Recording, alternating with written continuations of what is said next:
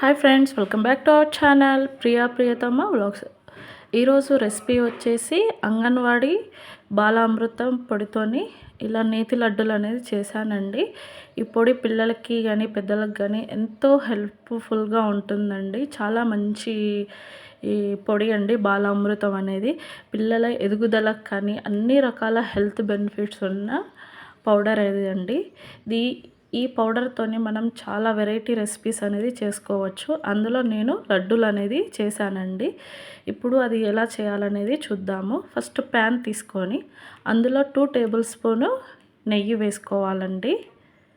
ఈ విధంగా 2 table spoon నెయ్యి మెల్ట్ అయిన తర్వాత అందులో 2 కప్స్, కప్పు పెద్దదండి, 2 కప్స్ పౌడర్ తీసుకున్నాను. ఈ విధంగా 2 కప్స్ పౌడర్ తీసుకున్న తర్వాత దీన్ని మనము లైట్గా ఫ్రై చేసుకోవాలండి. జస్ట్ 2 మినిట్స్ మాత్రమే ఫ్రై చేసుకోవాలి. ఎందుకంటే ఆల్రెడీ ఇది వేయించి అన్ని విటమిన్స్ ఇందులో ఉండేలాగా వాళ్ళు ప్రిపేర్ చేసి ఉంచుతారు కాబట్టి ఎక్కువగా మనం దీన్ని ఫ్రై అనేది చేసుకోవద్దు. చాలా తక్కువ టైంలోనే వేగిపోతుందండి. జస్ట్ 2 మినిట్స్ వరకు మాత్రమే దీన్ని వేయించుకోవాలి. ఎక్కువసేపు వేయించుకోకూడదండి దీన్ని. అందులో విటమిన్స్ అనేవి అన్నీ పోతూ ఉంటాయి. ఈ పిండితోనే మనము చాలా వెరైటీస్ చేసుకోవచ్చండి. ఇడ్లీ, దోశ, బిస్కెట్స్, కేకు ఇలాంటి ఎన్నో రకాల ఐటమ్స్ అనేవి ఈ పిండితోని చేసుకోవచ్చండి. ఏదో ఒక రకంగా ఇలా చేసి పిల్లలకైతే తినిపించండి. చాలా హెల్దీ కాబట్టి. ఇప్పుడు మనం ఇది వేగేలోపు 1 కప్పు బెల్లం తీసుకున్నానండి మెల్ట్ చేసుకోవడానికి. ఇప్పుడు ఇందులోకి 1/2 కప్పు మిల్క్ వేస్తున్నానండి. దీన్ని ఇప్పుడు ఒకసారి కలుపుకోవాలి. మిల్క్ వేసిన దాన్ని ఈ విధంగా మొత్తం పిండి అంతా కలిసేలాగా ఈ విధంగా కలుపుకోవాలండి.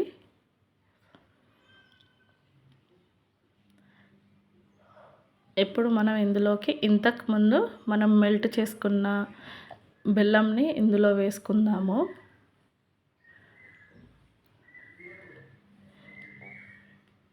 ఈ బెల్లం అనేది దీనికి సరిపోతుందండి. అలాగే 1 టేబుల్ స్పూను ఇలాచి పౌడర్ వేసి ఇలా బాగా కలుపుకోవాలండి.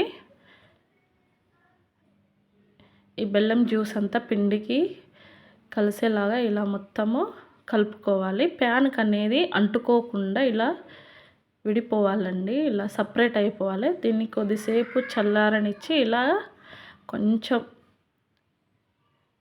ఇలా మెత్తగా చేసుకొని ఇలా లడ్డూల్లాగా ప్రిపేర్ చేసుకోవడమేనండి.